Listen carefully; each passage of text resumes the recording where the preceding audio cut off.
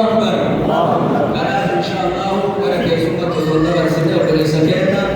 كبيرة أكوان على كيف كنا رأفني شوسين تسنة برسة إنسان كيسوما كنا هم في رجيجنا على توبة كريسان سنة. جزاك الله خير. السلام عليكم ورحمة الله وبركاته.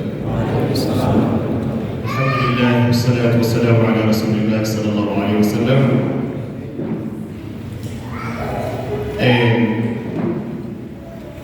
Maanguddoon akkasuma hayyoonni abbootiin siyaasaa abbootiin amantaa tujjaartonni barattoonni harka keessatti argamtan dhiiraa dhalaadhaan yaamiinsa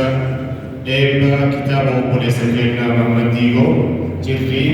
kabajtanii dhufuu fi hedduu isin galatooffanna akkasuma obboleessa keenya sheekni keenya sheek Ibsaan guyyaatti argamuuni waan Rabbi subhaanahu wa ta'aalaa galata galfannu Alhamdulillah cuma untuk dia cuma berada Syekh itu populer nahasasani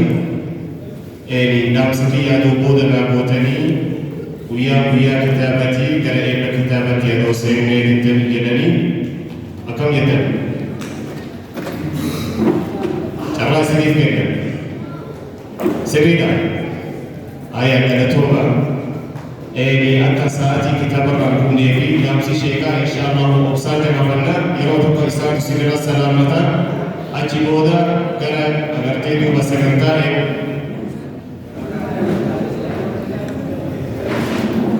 namanya iya tadi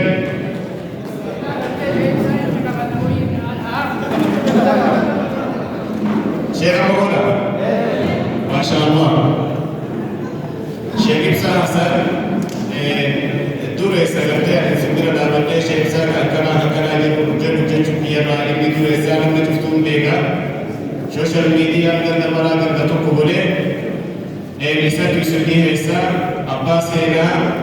abbaa subhaanahu wa ta'aalaa da'waa akka oromiyaatti lambarwanii akka gartee sheekii dhibbootiitti harka mirgaa ta'e wajji dhaabatu beekama isatti sunni heessaa waan ammoo Syekh Ibsaan kaasan namni oromoo